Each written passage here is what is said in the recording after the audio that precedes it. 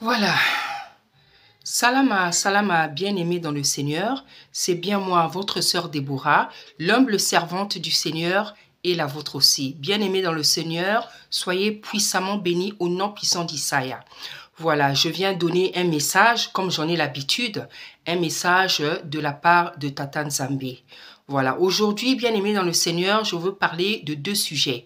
Je veux parler d'une robe que le Seigneur m'a montrée. Donc, cette robe m'amènera à parler d'une certaine personne et je veux parler aussi d'un autre sujet et dans le développement de mon message, vous allez savoir de quoi il s'agit. Voilà, donc bien aimé dans le Seigneur, voici cette robe-là que le Seigneur m'a montrée. Voilà, voici cette robe-là que le Seigneur m'a montrée.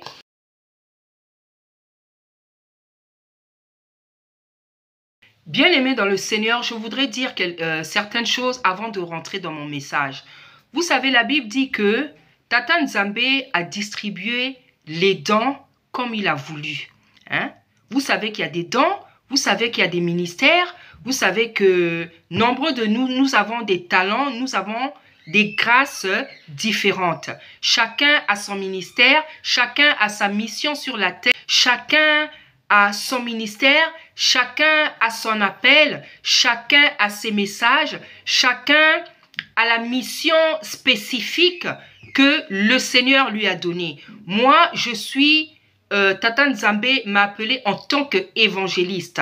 Voilà, il m'a appelé en tant qu'évangéliste avec une grâce prophétique. J'ai sur moi une onction prophétique. Une onction prophétique, ça veut dire quoi? Ça veut dire que je reçois des messages qui concerne le futur. Voilà, je reçois des messages qui concernent le futur. Je ne suis pas prophétesse, je suis une évangéliste, mais avec une onction prophétique. Donc, ça veut dire que je reçois des messages qui concernent le futur. Et je disais aussi que chacun a son appel, et lorsque Tata Nzambe t'appelle, il te signifie pourquoi il t'a appelé, il te signifie qu'est-ce que tu vas dire, qu'est-ce que tu es censé faire, comme il a fait avec Moïse, comme il a fait avec beaucoup de personnes dans la Bible. Voilà, moi, le Seigneur m'a appelé en tant qu'évangéliste et lorsqu'il m'a appelé, il m'a donné les messages que je devrais prêcher. Je pense que vous avez réalisé depuis un certain moment que les messages qu'il m'a donnés, c'est un message de sanctification. Voilà, j'ai le message de sanctification, j'ai le message de la foi, j'ai le message de l'amour. Mais il a commencé avec moi par le message de la sanctification. C'est pour ça que vous allez voir dans toutes mes prédications, dans toutes mes prédications, dans toutes mes exhortations, mes messages sont basés sur la sanctification. Voilà. Et nous sommes les serviteurs, les servantes, nous sommes des sentinelles. Voilà, nous sommes des sentinelles. Une sentinelle, c'est quoi? C'est une personne qui surveille quelque chose. C'est une personne qui prend garde à quelque chose. C'est une personne qui a la mission de surveiller quelque chose. Parce que parfois, il y en a, je vois dans les commentaires, il y a des gens qui disent, oui, qui t'a placé, qui t'a demandé de parler de ça, de juger les serviteurs, oh, les servantes. Non, tu parles comme ça parce que tu ne connais pas la parole. Si tu connaissais la parole, tu allais savoir que une servante, un serviteur de Dieu, ce sont de Tata Nzambe, ce sont des sentinelles. Voilà, parce que Tata Nzambe ne peut pas t'emmener, ne peut pas t'appeler en tant que serviteur, ne peut pas t'appeler en tant que servante s'il ne fait pas aussi de toi une sentinelle. Voilà, parce que justement le fait d'être une sentinelle, ça te pousse à rester à ses pieds, à bien te comporter, de peur aussi d'être jugé. Parce que la sentinelle, celle qui veille à ce que la sainte doctrine soit pratiquée, elle est elle-même obligée de se sanctifier. Voilà. Et tu restes crédible. Parce que comment veux-tu être une sentinelle? Comment veux-tu être une sentinelle quand toi-même tu te comportes mal? Comment veux-tu être une sentinelle quand toi-même tu te comportes mal? Et c'est pour ça que vous allez voir, vous avez des serviteurs, vous avez des servantes qui ne réagissent jamais en ce qui concerne ce qui se passe dans le corps du Christ. Parce que eux-mêmes, ils connaissent leur marche. Ils connaissent leur marche. C'est vrai que si tu es dans des choses bizarres, si tu es dans des mots même que je n'ai même pas envie d'utiliser, hein, tu es dans des choses bizarres, dans des je sais pas, voilà, tu vas venir, tu vas être, comment tu vas être une sentinelle? Tu ne le pourras pas, parce que tes actes, tes œuvres te condamnent. Hein? Quand on entend parler de sextape, quand on entend, voilà, c'est des choses que j'ai même pas envie de prononcer ces mots-là, mais je suis obligée de le faire. Voilà. Quand tu es dans des choses comme ça, dans des œuvres ténébreuses, tu ne pourras pas être sentinelle. La sentinelle, c'est celle qui veille à sa marche, celle qui veille à sa conduite. Et quand tu t'efforces de faire la volonté de Tata Nzambe, tu es crédible. Tu peux venir faire de la dénonciation. Tu peux dénoncer et tu peux être une sentinelle, comme Tata Nzambe nous demande, avec la conscience tranquille. Voilà. Donc, si le travail qu'on fait, quand on vient parler de certaines servantes qui ne s'habillent pas bien, quand on vient parler de certains serviteurs qui ne craignent pas Tata Nzambe, c'est pas parce qu'on a rien à faire. Non. J'ai un mari, j'ai des enfants, je prépare, je fais le ménage, je fais le service de Tata Nzambe, exhorter, prêcher, ce n'est pas facile. Parce que quand je prêche, quand j'exhorte, je dois chercher, je dois préparer mon travail. Je dois chercher des versets. Je dois réfléchir. Et ça peut me prendre des jours, ça peut me prendre des semaines. Voilà. Je suis aussi une artiste. Je suis artiste peintre. Je fais des tableaux. Hein? Je fais beaucoup de choses dans la vie parce que le Seigneur m'a donné, il m'a fait beaucoup de, il m'a rempli de grâce. Il m'a donné beaucoup de talent. Donc, je suis toujours occupée. J'ai toujours quelque chose à faire. Voilà. Donc, si je viens parler d'une servante qui se comporte mal, si je viens de parler d'un serviteur qui se comporte mal, c'est pas parce que je n'ai rien à faire. C'est pas parce que je n'ai rien à faire. Parfois, j'aimerais même bien me reposer. Mais je n'ai pas cette opportunité facile. Parce que Tata vient toujours nous donner des messages afin que son peuple soit édifié, afin que son peuple soit affermi, afin que son peuple sorte de l'ignorance, afin que son peuple sorte de l'esclavage pastoral, afin que son peuple sorte de l'idolâtrie. Parce qu'il y en a, ils idolâtrent les chantres, ils idolâtrent les hommes de Dieu, ils idolâtrent les servantes. Non, Tata ne nous a pas demandé tout ça. Voilà. Donc, si on vient parler, c'est parce qu'il y a une personne qui nous a appelés. Cette personne, elle s'appelle Tata Nzambe. C'est lui qui m'a appelé. C'est lui qui m'a appelé. C'est lui qui m'a appelé. Et lorsqu'il m'a appelé, je ne savais même pas qu'est-ce que c'était. Je ne savais même pas qu'est-ce que c'était l'appel de Tata Nzambe. Je ne savais même pas. C'est par un prophète que Tata m'a dit que il a touché un prophète. Il a dit au prophète, dis à ma servante que je me réjouis qu'elle ait répondu à mon appel. Voilà ce qu'il avait dit à un prophète de me dire. Il a dit, dis à ma servante que je me réjouis qu'elle ait répondu à mon appel. Alors que, bien aimé, quand je recevais cette parole de connaissance, ce message-là, je ne savais même pas qu'est-ce que c'était l'appel de Tata Nzambe. Parce que, pourquoi le Tata Nzambe, il dit que je me réjouis qu'elle ait répondu? Parce qu'il y a des gens qui refusent aussi l'appel de Tata Nzambe, comme Jonas, et comme bien d'autres personnes. Il y a plein de gens que Tata a appelés, hommes et femmes. Tata t'a appelé, il t'a appelé à être son serviteur, sa servante, mais jusqu'à présent, tu refuses. Voilà. Et Tata, moi, il m'a dit qu'il se réjouissait que lorsqu'il m'appelait, je ne savais même pas qu'il m'avait appelé. Lorsque j'ai commencé à le servir, je ne savais même pas que c'était un appel.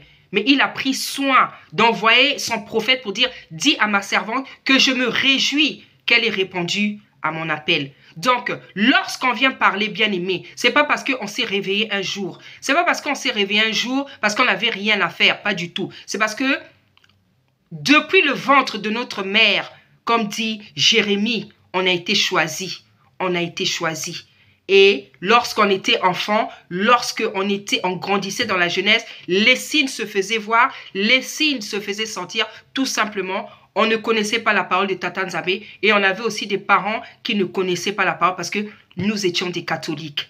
Voilà. Donc, Lorsqu'on vient parler, c'est pas parce qu'on n'a rien à faire, c'est parce qu'on est envoyé par Tata Nzambe. Donc aujourd'hui, si je viens avec ces messages-là, si je viens avec ces deux messages, c'est parce que j'ai mon Seigneur qui m'envoie vers vous pour édifier son peuple, pour l'affermir, pour le sortir de l'ignorance, de l'esclavage, de l'idolâtrie, de beaucoup de choses. Voilà. Donc j'ai parlé de Madame Joël Tatou. Maintenant, je vais parler de son mari. Son mari, vous serez surprise, hein, vous serez surprise, mais il y a beaucoup de gens que je ne connais pas en fait. Il y a beaucoup de gens que je ne connais pas. C'est-à-dire que je ne connais pas l'histoire de la personne, je ne connais pas le témoignage de la personne. Parfois même, il y a je ne m'arrête pas sur la vidéo d'une personne que beaucoup de gens connaissent. Voilà, je ne m'arrête pas parce que, voilà, j'ai des servantes que je suis, j'ai des serviteurs que je suis. Il y en a qui sont très connus, mais moi, je ne les connais pas. Voilà, donc c'est la preuve dans la vie que tu peux être connu par beaucoup de gens, mais ce n'est pas tout le monde qui te connaît. Parce que moi, le prophète Joël Tatou, franchement, je ne le connais pas. Je vois ses images, mais je ne le connais pas. Moi, quand je connais quelqu'un, c'est par des visions. C'est par des visions, c'est par des songes que Tata Nzambe me montre qui est la personne. Tata Nzambe me montre l'état d'âme de la personne. Voilà, c'est plus par des visions, c'est plus par des songes que j'apprends à connaître une personne. Voilà, et là, comme le Seigneur, bon, et puis je regarde, même si je me suis jamais arrêté, vraiment, si j'ai jamais suivi une de ses prédications du début à la fin, mais je me suis déjà arrêté quelques minutes parce que il y a aussi l'actualité de l'Église. Donc parfois, on est obligé de suivre certaines personnes. Voilà, donc je me suis déjà arrêté quelques minutes sur... je sais pas si c'était une prédication, hein, parce que ces derniers temps, les serviteurs de Tata Nzambe, si on peut les appeler des serviteurs, ont plus tendance à s'envoyer des... Mibouakela, hein? Bah voilà, Mibouakela, je ne sais pas comment on dit. Voilà ce que plus font en ce moment les serviteurs de Tata Nzambe. Donc, je ne sais pas si j'ai déjà... Non, je ne pense pas que j'ai déjà suivi une prédication. Voilà, ce que je vois, c'est plutôt des gens qui s'envoient des trucs comme ça, là. Voilà. J'ai déjà entendu parler du prophète. Je n'ai jamais suivi une prédication à lui du début à la fin, mais j'ai déjà entendu parler de lui. J'ai déjà entendu parler des rumeurs, de tout ce qu'on peut dire autour de lui. Et par rapport justement à ces rumeurs, par rapport à tout ce que j'ai entendu, par rapport à ce que je vois aussi, parce que nous avons non seulement les yeux physiques, mais nous avons aussi l'œil spirituel. Voilà, donc depuis un moment, je me suis fait mon idée. Je me suis fait mon idée. Voilà, je me suis fait mon idée. Voilà. Vous allez aussi remarquer, bien aimé dans le Seigneur, les messages que j'ai donnés jusqu'à là, concernant les hommes, vous allez remarquer, ce sont plus des messages pour des chantres, hein, des chantres chrétiens et même des chantres profanes aussi. Voilà, donc j'ai donné des messages sur Mike Kalamba, sur Moïse Mbiye, sur Wirason, voilà. Et j'ai encore des messages que je dois donner sur des chantres chrétiens et sur les musiciens aussi. Voilà. Mais je pense que ça va faire la première fois que je donne un message sur un homme de Tata Nzambe. Voilà. Pas que je n'en ai pas du tout. Je suis rempli de messages pour des hommes de Tata Nzambe. Et si je ne les ai pas donnés, c'est parce que chaque chose en son temps. Hein. Le Seigneur m'avait d'abord animé pour que je puisse donner des messages sur les chantres. Hein. Le Seigneur a plus commencé à me montrer les chantres chrétiens et les chantres profanes aussi. Voilà. Et je recevais aussi, depuis les années 2000, je reçois aussi des messages sur les hommes de Tata Nzambe. Voilà. Il a commencé vraiment à me parler, je crois, en 2000. Voilà. Hein, des hommes de... C'était en 2000. Voilà. Mais c'était pas le moment que je livre ces messages-là. Maintenant, c'est le moment. Maintenant, c'est le moment. Maintenant, c'est le moment de les livrer. Parce que la Bible dit que chaque chose en son temps et... Tata Nzambe, c'est un Dieu d'ordre. C'est un tata d'ordre et non de désordre. Et le livre d'Ecclésiaste nous dit qu'il y a un temps pour tout, il y a un temps pour parler, il y a un temps pour se taire. Voilà. Maintenant, c'est le temps où je dois parler, donner, livrer, délivrer les messages que le Seigneur m'a donnés pour les serviteurs, les prédicateurs. Les prédicateurs. Voilà, c'est le temps. Voilà, donc si je n'ai pas donné avant, c'est une question du fait qu'il y a un temps pour tout. Tata, c'est un Dieu, c'est un tata d'ordre, il y a un temps pour tout. Il y a un temps pour parler de certaines personnes et il y a un temps pour ne pas parler de certaines personnes. Voilà, c'est pas parce que tu reçois un message sur une servante, un serviteur, que tu dois le donner tout de suite. Non, tata, c'est un tata d'ordre. Voilà, lorsque tu reçois un message sur un serviteur, sur une servante, l'esprit de tata va te faire comprendre que ce message-là, il est à donner tout de suite. Hein? D'autres messages, tu vas sentir en ton esprit que ce n'est pas tout de suite. Donc, ça peut même prendre 1 année, ça peut prendre 2 années, 3 années avant que tu livres ce message-là. Et moi, aujourd'hui, je suis donc arrivé dans le temps où je dois maintenant délivrer les messages que j'ai reçus sur les serviteurs de Tata Nzambe, sur les prédicateurs. Voilà, c'est ça la sagesse, bien-aimée, c'est ça l'intelligence. Parce que Tata, c'est un Dieu, c'est un tata d'ordre. C'est un tata d'ordre. Et on ne doit pas faire les choses dans le désordre. C'est pas parce qu'on te donne un message, tu reçois un message sur quelqu'un, tu dois venir. Non, non, c'est pas comme ça. Il faut avoir le discernement. Il faut avoir le discernement de savoir si ce message-là, tu dois le donner tout de suite. Si ce message-là, tu dois le donner dans 1 année. Si tu dois le donner dans 2 années. Si tu dois... Voilà, c'est ça l'intelligence et la sagesse. Et c'est ça le discernement. Parce que, vous savez, hein, lorsque Tata appelle quelqu'un, Tata te forme. Il te forme à connaître toutes ces choses-là, justement. Il te forme à connaître toutes ces choses. Et Tata, il a pris le temps de me forcer, de me former. Il m'a appelé, je me suis convertie en 98. J'ai commencé l'évangélisation en 99. De 99 jusqu'en 2014, il m'a formé et aujourd'hui encore, il continue à me former. Et en fait, c'est donc de 2000, disons de 99 à 2014, je faisais de l'évangélisation. Et j'en fais toujours parce que je suis une évangéliste.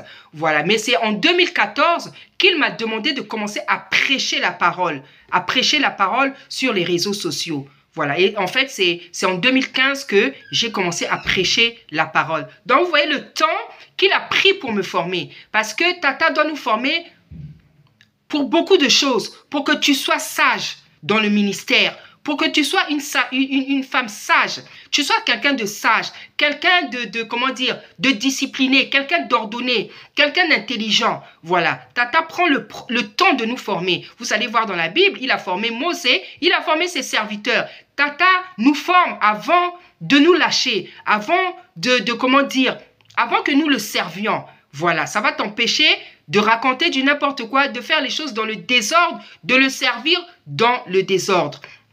Voilà, donc, voilà. Donc, la chose aussi que je voulais dire, c'est que Tata peut te montrer quelque chose sur quelqu'un, sur une servante, sur un serviteur. L'esprit va te faire comprendre l'urgence. Si le message est à donner, Tata Nzambe te fera sentir que ce message est urgent. Si ce n'est pas tout de suite que tu dois parler, Tata Nzambe va aussi te le faire sentir. Ce que je voudrais dire encore, c'est quoi? C'est que il faut savoir qu'un serviteur, lorsque Tata appelle quelqu'un, il te donne l'onction. Il dépose sur toi une onction. Il renverse sur toi une onction. À l'époque, c'était on versait de l'huile. Hein, on versait de l'huile lorsque lorsque Tata appelait quelqu'un à son service, on versait de l'huile avec une corde, comme on l'a fait à David, comme on l'a fait à Aaron, comme on l'a fait au fils de Aaron. On versait de l'huile, c'était ça l'onction. Aujourd'hui, l'onction, c'est quoi? C'est la puissance de Tata Nzambe. C'est l'onction, c'est sa puissance. Voilà. Donc, il faut savoir que lorsque une personne a une onction sur elle, même quand la personne commence à déconner, même quand la personne commence à mal se comporter, il faut savoir que cette onction-là est encore sur elle jusqu'à ce que Tata Nzambe l'enlève tout seul. Vous allez voir, vous avez des serviteurs qui ont bien commencé, hein? Des serviteurs qui ont bien commencé. Hein? Et à un moment donné, ils commençaient à se perdre. Et jusqu'à un certain temps, ils avaient l'onction. Ils ont l'onction. Il y en a encore peut-être aujourd'hui. Ils ont toujours cette onction-là. Donc, Tata Nzambe n'enlève pas tout de suite l'onction. Malgré tes bêtises, il va te laisser avec l'onction. Parce que justement, il est fidèle, il est bon, il est fidèle. La Bible dit qu'il ne se repent ni de ses dons, ni de son appel. Donc, vous pouvez voir des pasteurs, des femmes de Dieu, de Tata, qui sont en train de tomber, mais il y a toujours l'onction qui est là. Et cette onction bien-aimée, c'est Tata Nzambe lui-même qui l'enlève. C'est ce qu'on a vu avec le roi Saul. Hein? Tata l'a appelé en tant que roi. Rapidement, il a été rebelle, il n'a pas obéi. Et pendant tout le temps qu'il faisait ses affaires, il voulait tuer David, il voulait... Voilà, l'onction était toujours sur lui, malgré les bêtises qu'il faisait. Tata Nzambe ne lui avait pas enlevé l'onction tout de suite. On lui a enlevé bien après, quand il était rentré dans la gravité de ses péchés. Lorsqu'il voulait vraiment tuer David, quand il est rentré dans la gravité de ses péchés, c'est là que l'onction lui a été retirée. Ou bien, je crois, non, au moment où il avait déchiré le manteau du prophète Samuel. Je crois que c'est à ce moment-là que l'onction lui a été retirée. Parce que dès ce moment-là, comment il s'appelle, le prophète Samuel avait déchiré, avait parlé, avait prophétisé. Il avait dit, de la même manière que tu as déchiré ce manteau, Tata Nzambe déchire aussi ta royauté. Il déchire ta royauté. C'est pour dire que même quand vous voyez des serviteurs qui se comportent mal, ne vous précipitez pas de les juger. Ne vous précipitez pas de les juger. Il faut avoir la sagesse et l'intelligence. Parce que tant qu'il y a l'onction sur une personne, ne vous précipitez pas de juger la personne. Servant ou serviteur, ne vous précipitez pas. Et David avait compris ça. David avait compris ça. C'est pour ça que même lorsque ses gardes du corps lui disaient, David, regarde, Saul, il est là. Tata te le livre aujourd'hui. Tata te le livre aujourd'hui. Et c'est là où David a répondu, je ne toucherai pas à loin de l'Éternel. Mais aujourd'hui, il y a des gens, c'est vrai, ce que je dis, je le pense, parce que c'est comme ça. Certainement, au moment où je parle, il y en a même qui se disent, ah, vraiment, l'intelligence, elle est sage, ceci, ça, elle vient appuyer ce que... Non, je ne veux pas évoluer en encourageant le banditisme dans le corps du Christ. Parce que ce qu'on a dans le corps du Christ, je suis désolé, c'est du banditisme. C'est-à-dire les pasteurs les hommes de Tata Nzambe font des choses que les hommes de Tata Nzambe ne peuvent pas faire. Tout ce qui se passe, les sextapes, les je sais pas quoi... J'ai même pas envie de répéter ces mots. Ça, c'est pas des choses que des pasteurs, des hommes de Tata peuvent faire. Dans la Bible, on n'a pas vu des choses comme ça. Dans la Bible, on n'a pas vu des choses comme ça. Voilà. Donc, je disais que il faut respecter. Voilà, il faut respecter. Tant que l'onction est encore, il y a encore un peu d'onction là, il faut respecter. En fait, tout ça, je le dis pourquoi. Tout ça, je le dis pourquoi. C'est... Voilà, tout ça, je le dis pourquoi. C'est pour vous justifier pourquoi depuis tant d'années, je ne donnais pas les messages sur les prédicateurs. Parce que je sais que malgré qu'il y en a qui se sont mal comportés, malgré qu'il y en a qui sont tombés, un nombre de Tata Nzambe qui a été moins, que Tata a aimé, que Tata aime, on ne le livre pas comme ça. On ne le livre pas comme ça. On ne le livre pas comme ça. Il faut respecter l'onction, même quand il se comporte pas. Et à un moment donné, c'est Tata lui-même qui lui enlève l'onction. Et là, alors, Tata Nzambe te donne la permission de le livrer, de parler de lui. Donc, il faut savoir qu'un homme, un serviteur, même quand il commence à mal se comporter, même quand il commence à... C'est pas dès le début là que tu as le droit de parler de lui, même quand Tata te donne des messages. C'est Quand tu vois que la personne ne change pas, quand la personne ne fait que se dégrader, quand la personne ne fait que se rebeller devant la face de Tata Nzambe, c'est à partir du moment quand tout le monde vraiment voit, et l'Église et le monde entier voit que cette personne ne change pas. Au contraire, elle est en train de se dégrader, de multiplier les péchés. C'est là où tu as la possibilité et tu dois maintenant donner le message. C'est pour ça qu'aujourd'hui, moi, je vais maintenant donner les messages sur les serviteurs, sur les prédicateurs. Parce que jusqu'à là, le Seigneur me faisait plus parler des chantres chrétiens, des chantres profanes. Maintenant, c'est le temps où je dois parler, où je dois parler des prédicateurs, voilà, des serviteurs, des prédicateurs, voilà. Donc, en ce qui concerne Joël Tatou, je le connais pas, je le connais par rapport à ce que je vois et ce que j'entends sur YouTube. Voilà, et avec les révélations, les visions, les songes que Tata Nzambe nous donne, ça fait donc un certain nombre d'années que je me suis faite une idée sur la personne. Voilà, et que j'ai compris un peu l'état d'âme de la personne. Ce que je voudrais dire, c'est quoi? C'est que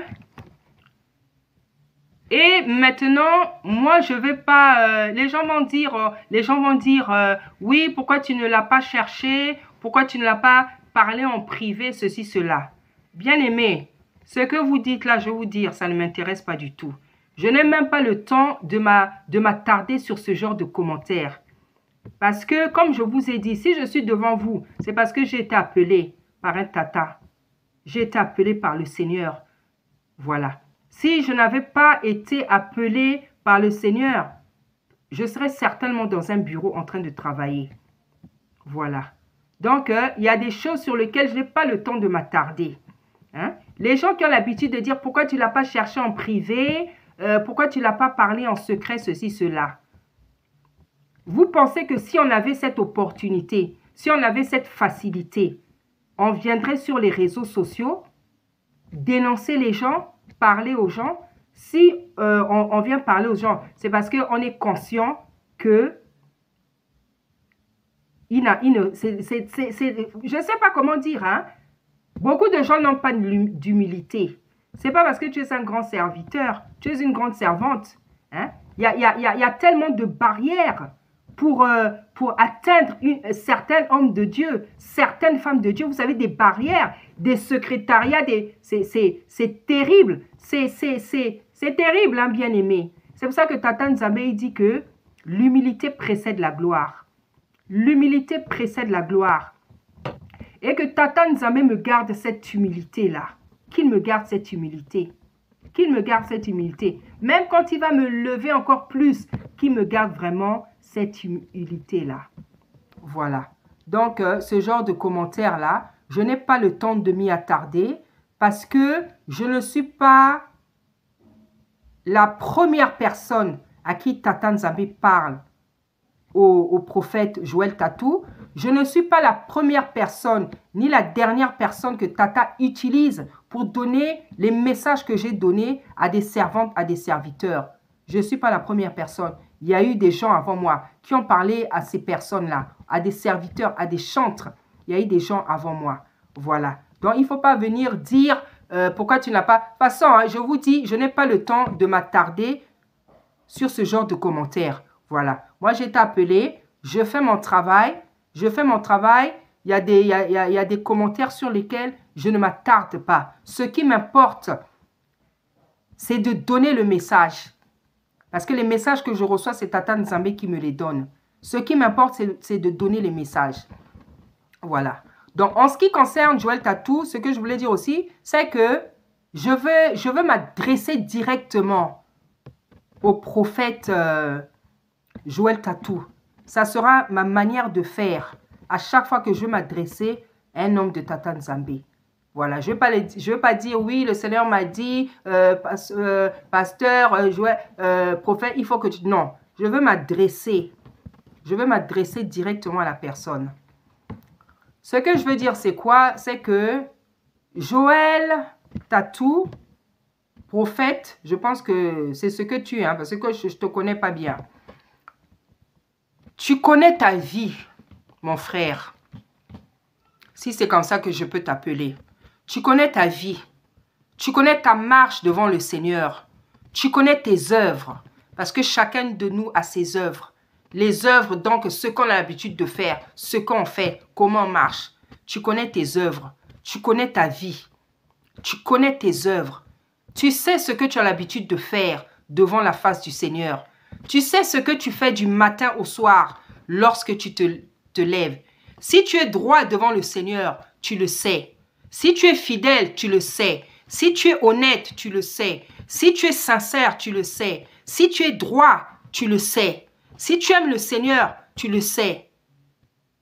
Chacun de nous, nous savons si nous sommes droits devant le Seigneur ou pas. Nous le savons. Nous savons comment nous marchons.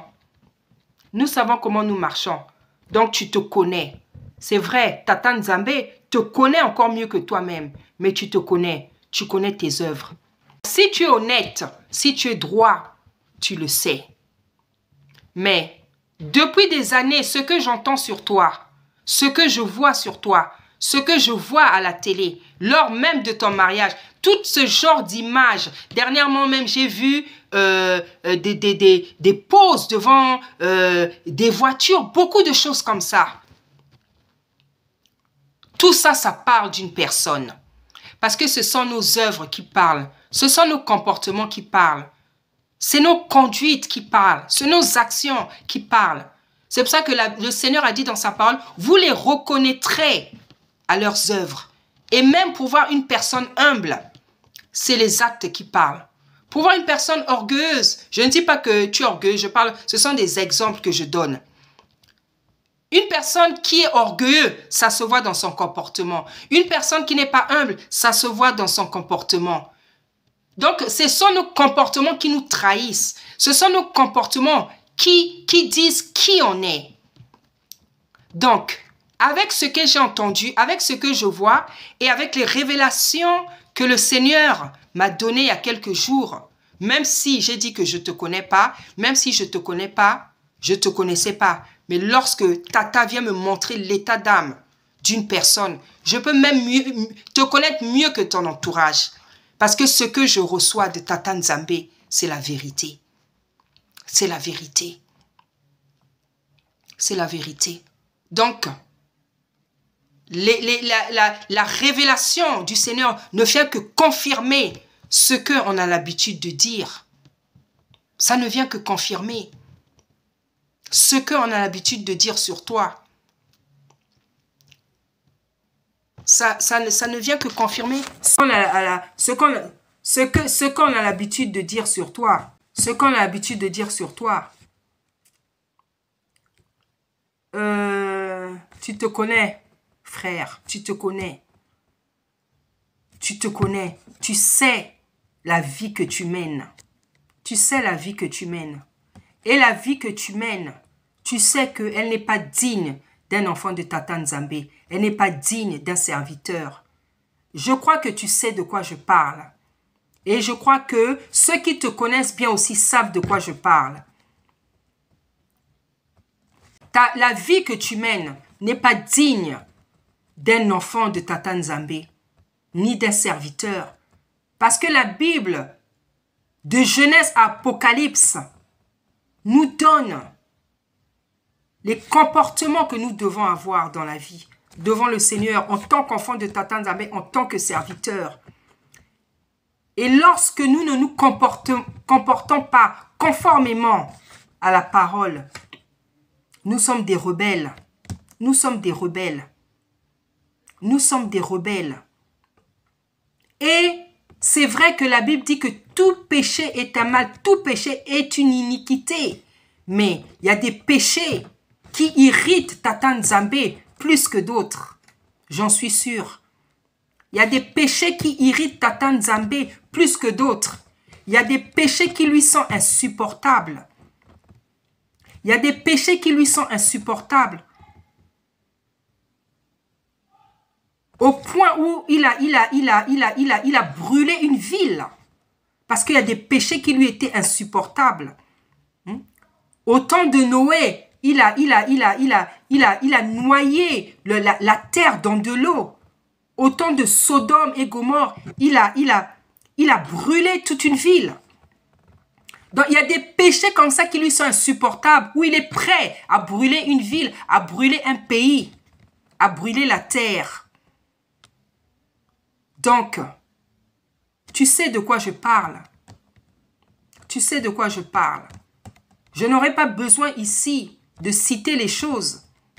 Tu sais de quoi je parle. Tu te connais, frère.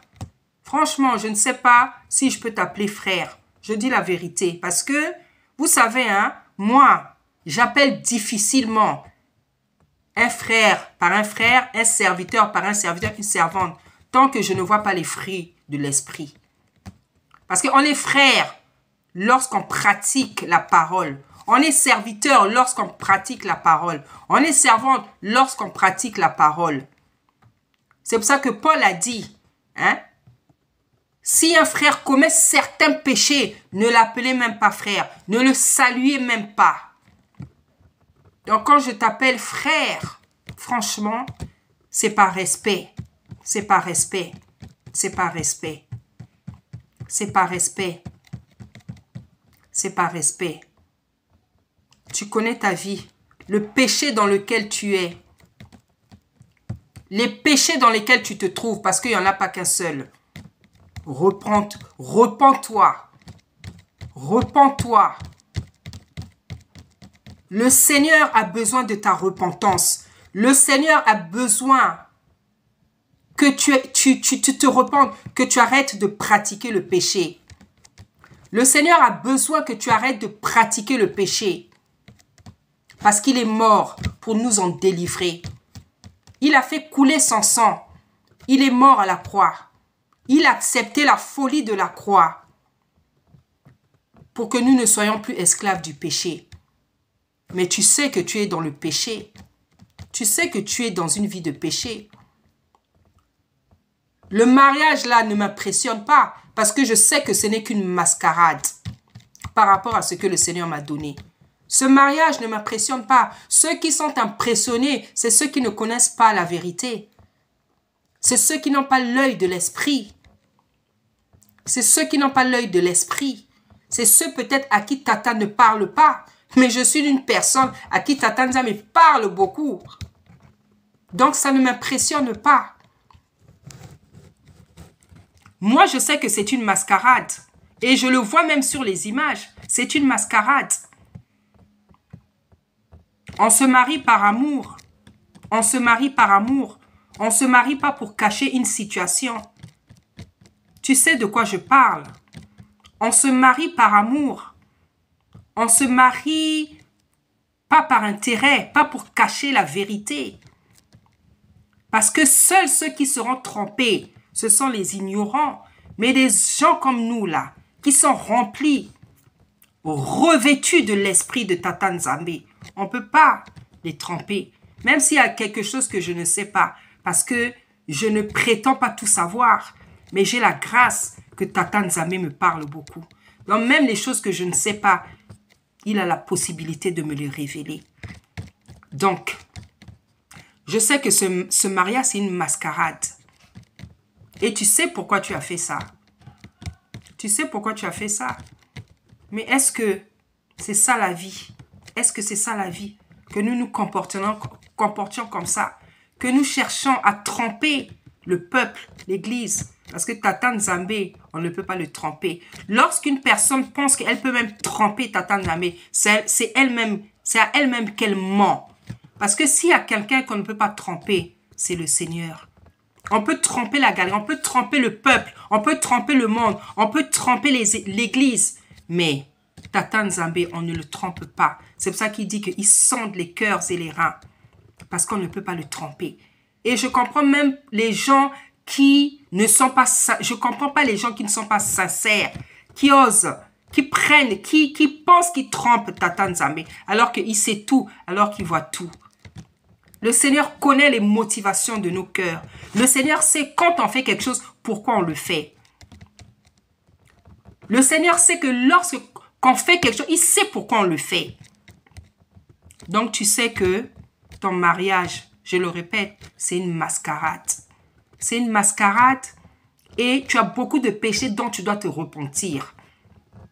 Tu as beaucoup de péchés dont tu dois te repentir.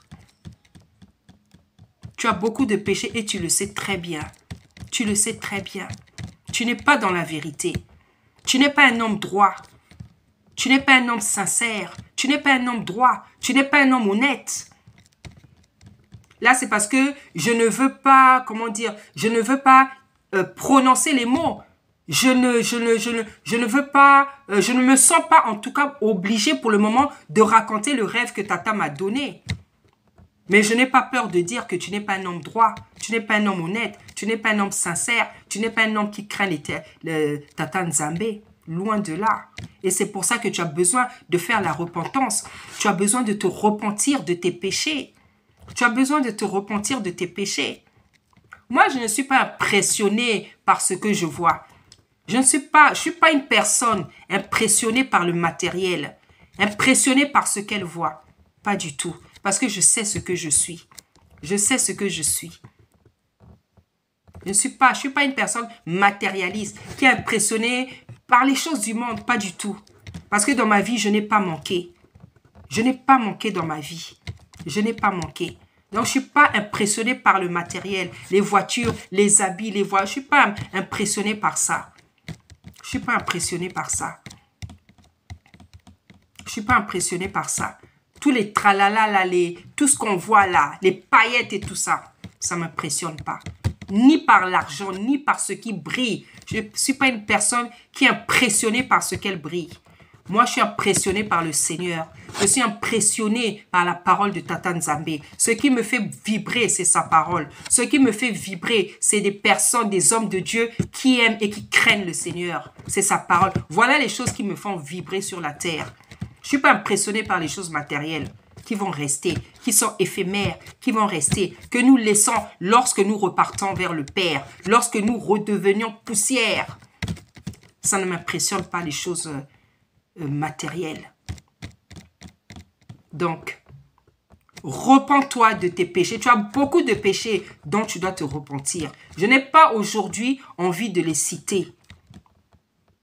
Toi-même, tu les connais. Ceux qui te connaissent, les connaissent. Toi-même, tu connais tes péchés. Tu connais ta vie. Donc, tu as besoin de repentance. Repens-toi. Repens-toi. Tu as besoin de faire la repentance.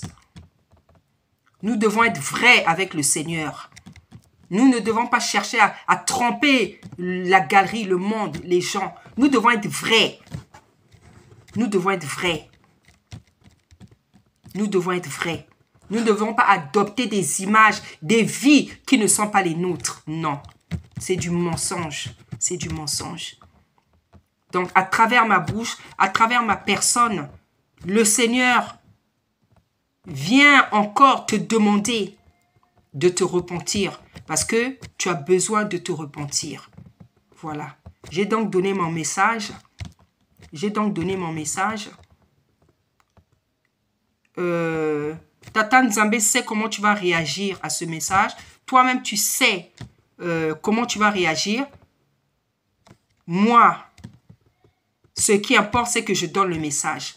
Comment ce message-là, tu vas le prendre? C'est toi et le Seigneur. Moi, je ne force pas. Mon devoir n'est pas de forcer une personne à faire ce que le Seigneur lui demande. Mon devoir est de donner, de dire à une personne ce que le Seigneur m'a dit de lui dire. Voilà. La manière dont tu vas te comporter, comment tu vas prendre le message, ce que tu vas faire de ce message, c'est toi qui le sais et le Seigneur aussi. Donc, repens-toi, sois un homme droit, sois un homme sincère, sois un homme juste, sois un homme qui craint l'Éternel. Ne sois pas un homme qui cherche à impressionner. Non, c'est pas ce qui intéresse Tata Nzambé. C'est pas ça. Voilà le message que j'avais pour Madame Joël Tatou et son mari. Soyez bénis, bien-aimés dans le Seigneur.